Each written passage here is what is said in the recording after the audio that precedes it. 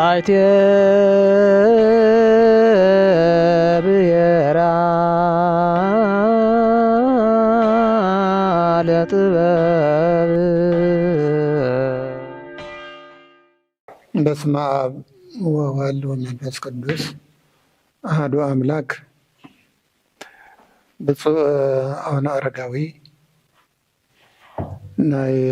ቅዱስ ሲኖዶስና ዋና ጸሐፊ፣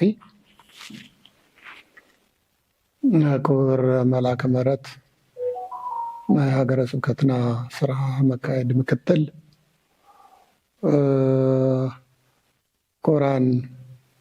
ናይ ሃገረ ስብከትና ናይ ቢሮ ሰራሕተኛታት ስራሕ ፈጸምቲ፣ ክቡራን ናይ ጥበብ የብራህ ሚድያ ሰራሕተኛታት፣ ኣብ ደገም ኣብ ውሽጥም እትርከቡ ህዝበ ክርስቲያን፣ ፈተውቲ ትግራይ፣ ተወለድቲ ትግራይ፣ ደቂ ትግራይ፣ ኣብ ዲያስፖራም ዘለኹም፣ ኣብ ውሽጢ ዓድም ዘለኹም እንኳዕ ን2018 በዓል ዕርገት ጎይታና ኢየሱስ ክርስቶስ ኣብፅሐና ኣብፅሐኩም ክብል ይፈቱ። ክቡራንና ክቡራን፣ ኣብዚ ሎሚ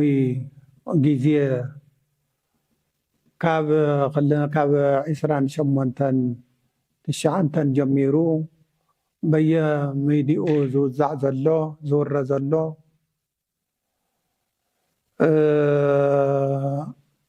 ኩሉ ይሰምዓሎ እዩ። ንዚ መልሲ ክንህብ ተገዲድና ኣለና። ስለዚ ዝውዝንዮ መንበረ ሰላማ ዘፍርስ የለ፣ መንበረ ሰላማ ሓዲጉ ገጹን አዲስ አበባ ዝኸይድ የለ፣ ንአዲስ አበባ ክኸይድ እየ ዝብል ኣካል እንተሃልዩ እግሩን ኢዱን መን ይሕዞ ድዩ? መን ይኣስሮ ድዩ? መንበረ ሰላማ ኣቋቂምና ንአዲስ አበባ ክንከይድ ኢና ዝብል ኣካል የለን። ባዕሎም እዮም ክንደራደር ኢና እትውና ክንብል ኢና ኢሎም ባዕሎም እዮም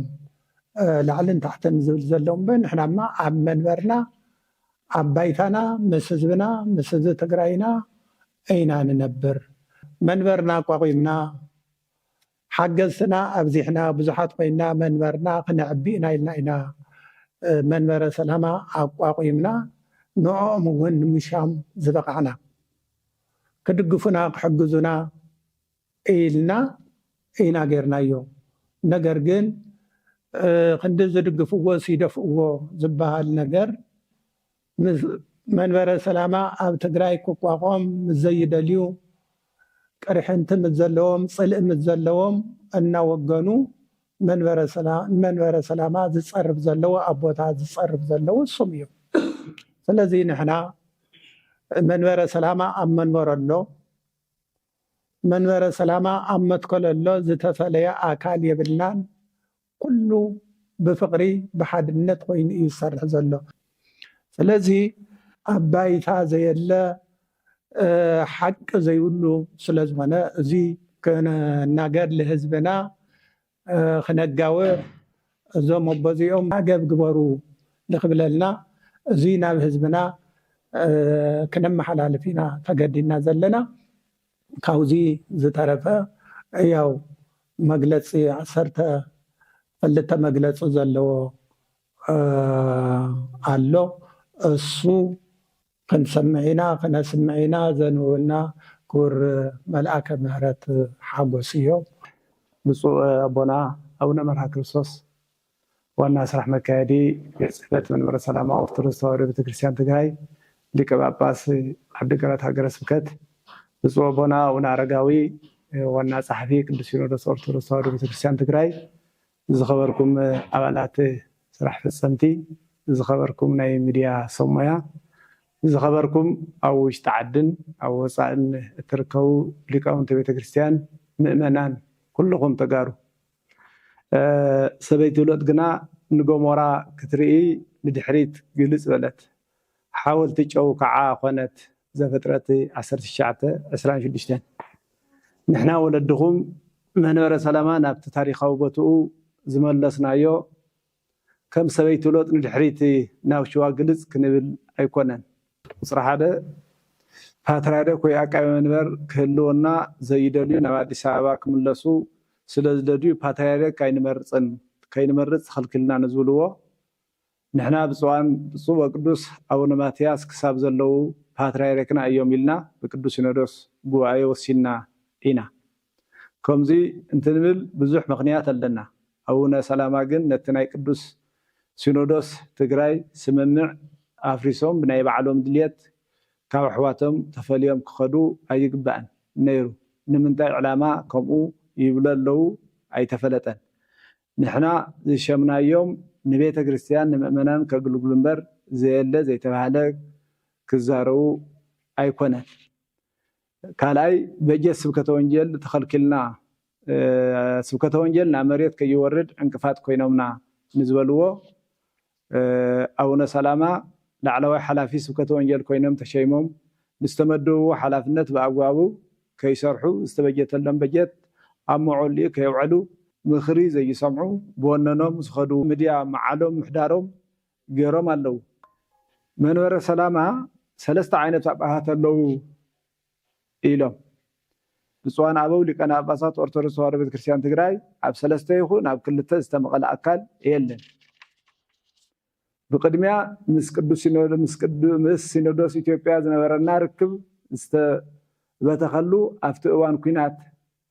أب أبيات كريستيانات تجراي بحفشة أب نصوحان زجاتات زبط صح زنبرة سقاي مكرا موت برسات تطول خبل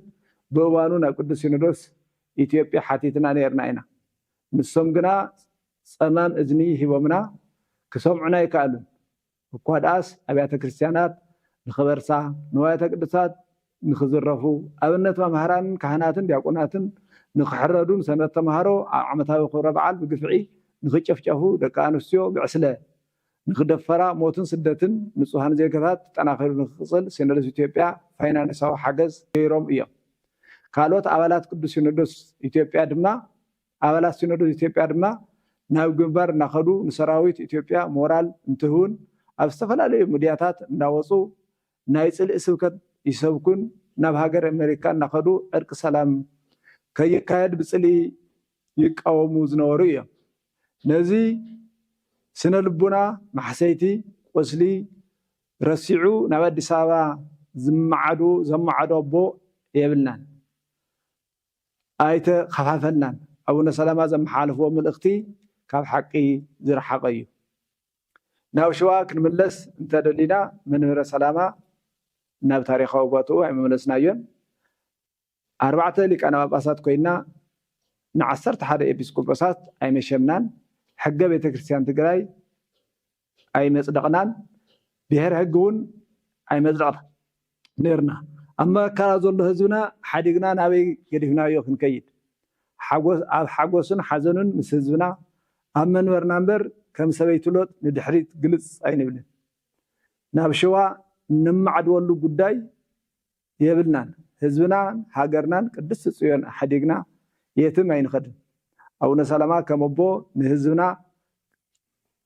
كشاقلو زي كونن زيلن ورا كوريو أي متقبهم مرداتا زيولو ورا مؤمنان زبتاتن نمؤمنان كبيت كريستيان زرحت أقاطعم خوينو رخيبنا هنا رابعي منبر سلامة صقادو حدقا هيوتدو موت زبل مزعتاوي سند أقريبا سمعي سين نزبلوه منبر سلامة صقا مبر حدقا إلنا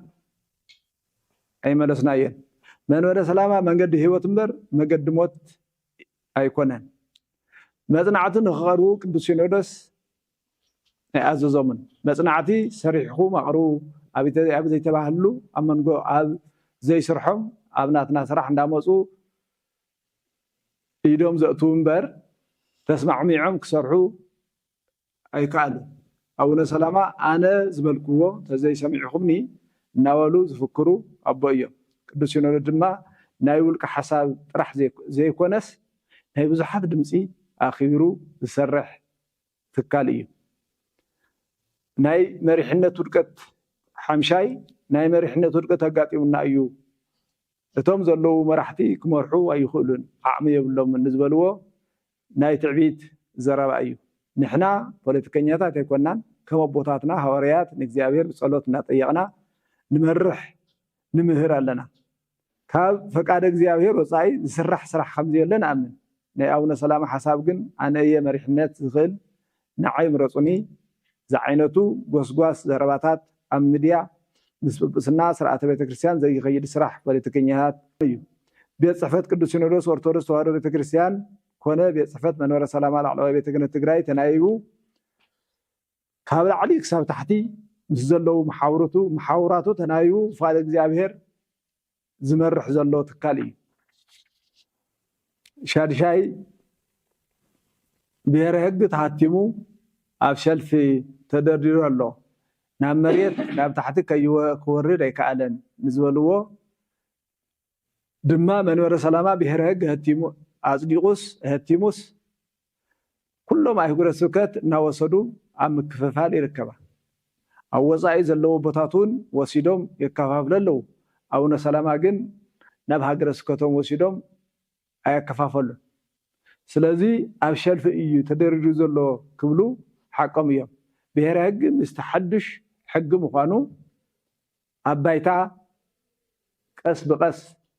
እናእመና እንዳተረዳእናን ናይ ኣህጉረ ስብከትን ወረዳን ንህብ ኣለና ሻውዓይ መንበረ ሰላማ ናብ ምእመናን ናይ ምእመናን ገንዘብ ይወርር ኣሎ ተቆፃፃሪ ላዕለዋይ ፓትርያርክ ኮነ ኣቃቤ መንበር ስለዚ የብሉ ንዝበልዎ ኣርባዕተና ብፅዋን ኣበው ሊቃነ ጳጳሳት ናይ ኣህጉረ ስብከት መካየዲ ስራሕን ሊቃውንተ ቤተክርስትያን ተኣኪብና መንበርና መንበረ ሰላማ እንትንምልስ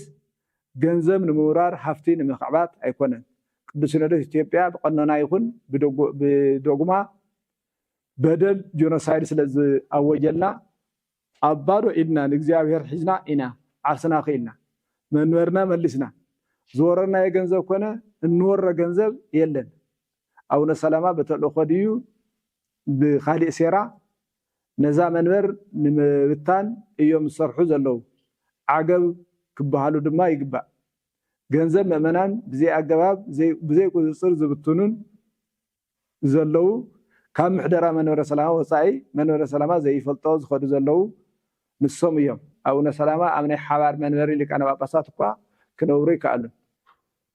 ስለዚ ንሶም ዘመሓድርዎ ዘለዉ ገንዘብን መንበረ ሰላማ ዘመሓድሮ ገንዘብን ብገለልተኛ ኦዲት ተዝግበር ተሓቂ መወፀ ነይሩ ሸሞንተ ሓደ ሊቀ ጳጳስ ደሞዝ ኣይግብኦን ደሞዝ ክወሃብ የብሉን ብዘይ ደሞዝ ደስ ዝበሎ ይውሰድ ዝበልዎ ሃብቲ ቤተክርስትያን ምውራር ማለት እዩ ምእመናን ህዝብና ኣብ ፀገም እናሃለዉ ክንዲ ዘፅናዕንዕዎ ተወሳኺ ዘይጥሉል ሓበሬታን እናበተኑ ንህዝብና ከርብሽዎ ኣይመተገብአን ነይሩ ትሽዓተ ሓደ ፈላሲ ጳጳስ ኮይነ ክንዱዚ ገንዘብ ክረክብ እየ ዝብል እዩ ዘሎ ነዚ ስልጣን ንምርካብ ድማ ጉቦ ሂቡ እዩ ናብ ጵጵስና መፅኡ ጵጵስና ብገንዘብ ስለዝመፀ ድማ ናይ ሲሞን እዩ ዝበሃል ኢሎም ኣብ ልዕሊ ደናግል መነኮሳት ፀያፍ ቃላት ምዝራቦም ንሓዘን ካብ ብህፅነትና ጀሚርና ኣብ ገዳም ዓቢና መንኩስና ሓደ መዓልቲ ጳጳስ ክኸውን እየ ኢልና እውን ሓሲብና ይንፈልጥን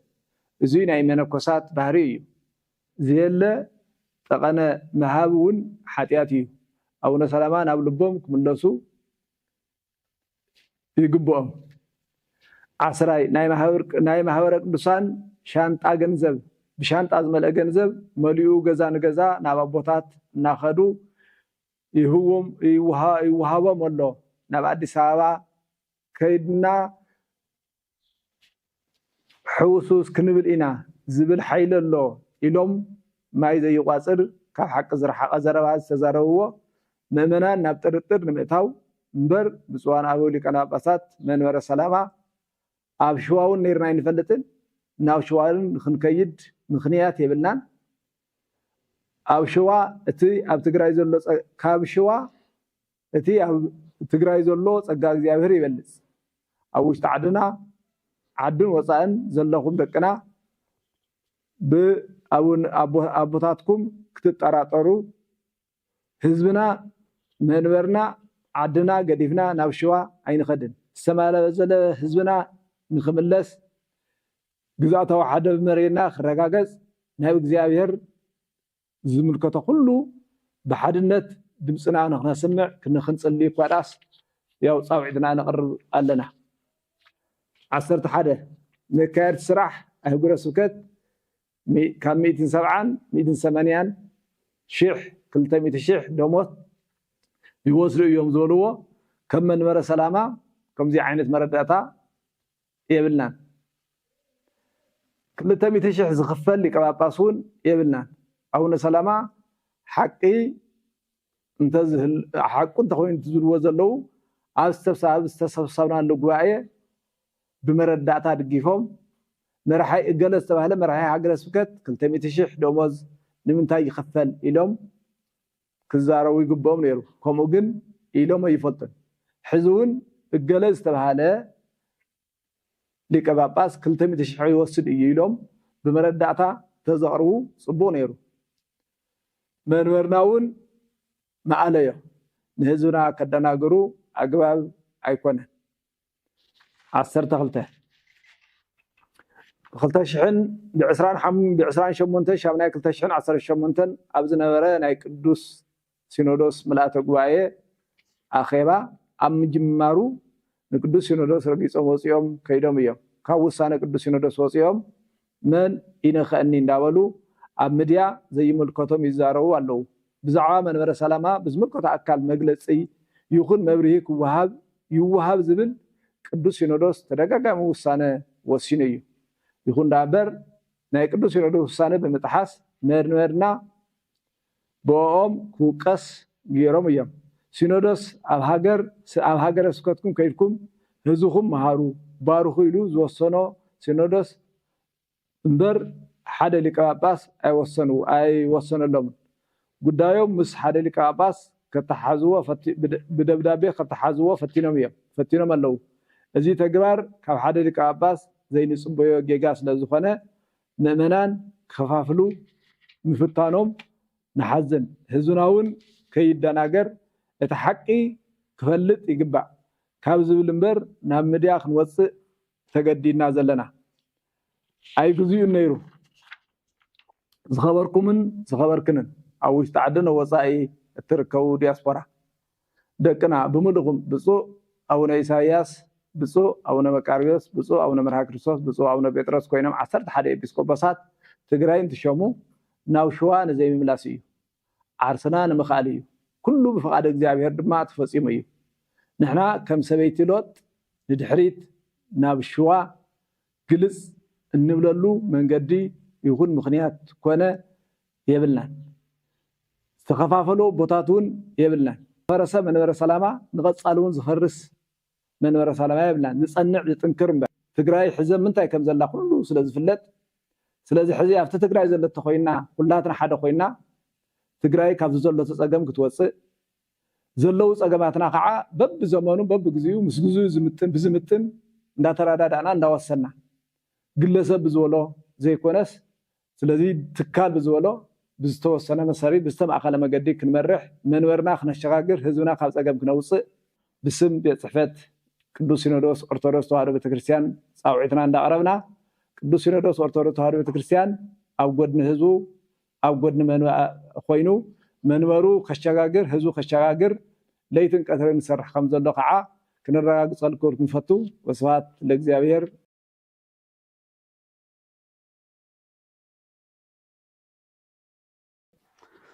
በስመ አብ ወወልድ ወመንፈስ ቅዱስ አሐዱ አምላክ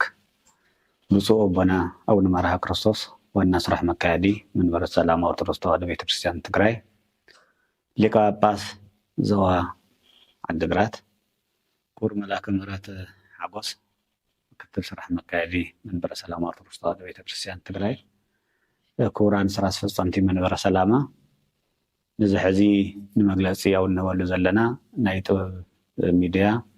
ሰራሕተኛታት ከምኡ ድማ ናይ ቤት ጽሕፈትና ናይ ኦርቶዶክስ ተዋህዶ ቤተክርስቲያን ትግራይ ሚድያ ሓላፍቲ እዚ ሕዚ መግለፂ ንበሉ ዘለና ካብ ቤት ጽሕፈት ኦርቶዶክስ ተዋህዶ ቤተክርስቲያን ትግራይ እዩ። እቲ ቅድም ብወላዲና ብፁዕ አቡነ መርሃ ክርስቶስ ዝተነገረን ብምክትል ስራሕ መካየዲ ዝተባሃለ ሓሳብ ከም ዘሎ ኮይኑ እቲ ብዕለ ግንቦት 20 ሚያዝያ 28-29 ዝተገበረ ውሳኔ ቅዱስ ሲኖዶስ ኦርቶዶክስ ተዋህዶ ቤተክርስቲያን ብሓድነት ብፍቅሪ ወሲኑ ናብ ኣህጉረ ስብከቶም ብፃዓን ሊቃነ ጳጳሳት ብፍቅሪ ብሓድነት ብስምምዕነት ምንም ዝተፈለየ ሓሳብ ዘይብሉ ዝገርም መንፈሳዊ ትሕትናን ፍቅርን ዝተመልኦ ጉባኤና ኣጠናቂቕና ኢና። እዚ ዝሰዓወ ድማ ብፁዕ አቡነ ሰላማ ጉባኤ ረጊፆም ምስ ከዱ እቲ ሕዚ ኣብ ደገ ኮይኖም መግለፂታት ዝህብዎም ዘለው ተቀዳማይ ነገር ነቲ ቅዱስ ሲኖዶስ ቤተክርስቲያን ዘይውክል ምኳኑ፣ እቲ ካልኣይ ጉዳይ ድማ ኣብ መንበረ ሰላማ ኦርቶዶክስ ተዋህዶ ቤተክርስቲያን ኣብ ቅዱስ ሲኖዶስ ዘለው ጳጳሳት ገሊኦም ንአዲስ አበባ ገሊኦም ግዲ ዘይብሎም ገሊኦም ድማ ንሓንቲ መንበር ኣንሕና ጥራሕ ኢና ዝብሉ ኣብ ሰለስተ ከም ዘለው ገሊፆም ኣለዉ። እዚ ፍጹም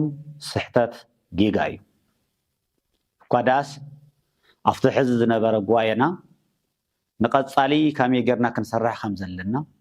ከመይ ተሓጋጊዝና ህዝብና ክነድሕኖን ህዝብና ክንረድኦን ከመይ ከም ዘለና ናብ ህዝብና ተበፃሒነት ከመይ ጌርና ንሕሰብ ዝብል ፅቡቅ ሓሳባት ደኣ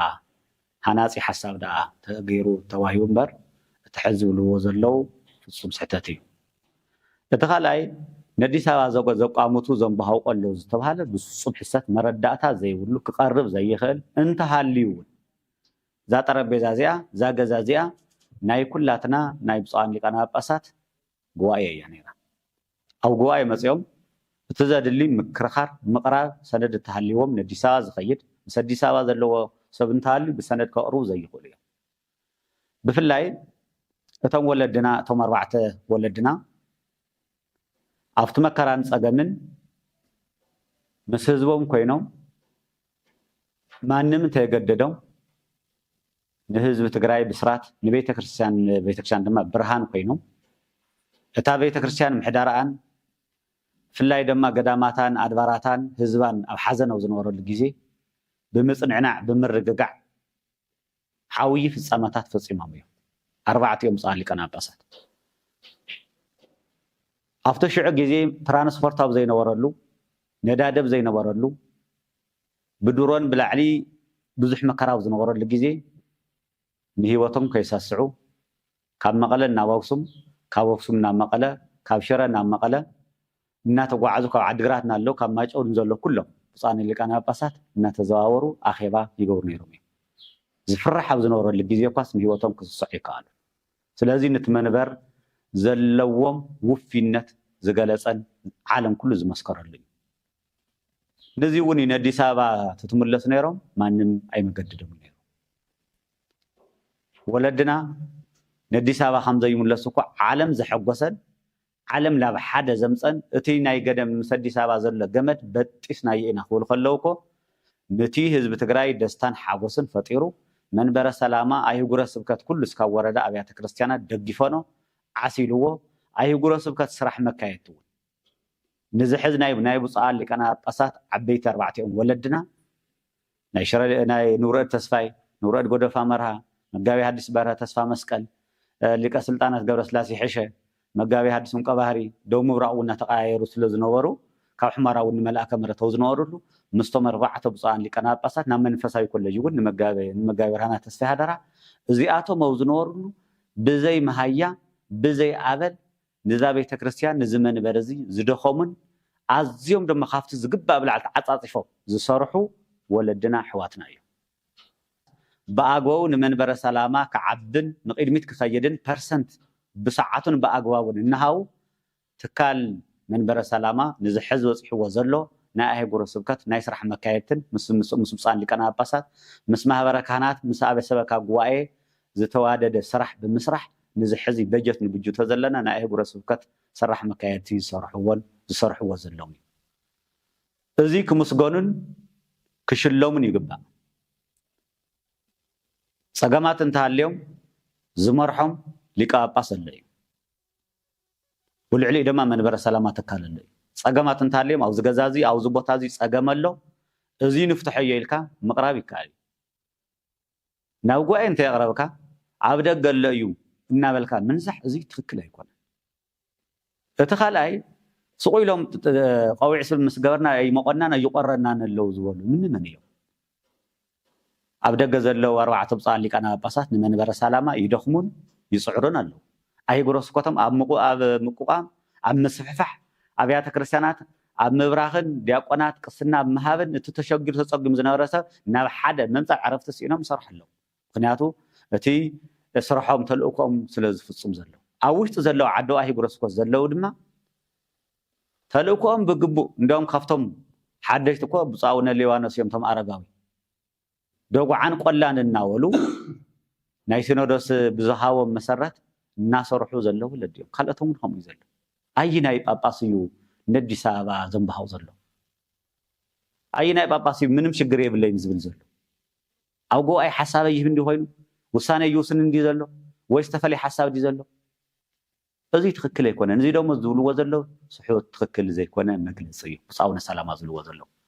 اتخالاي أنا حنا طرحنا بتوصل السبات يوم طرح المنبر السلامة زحاسو من يوم زياد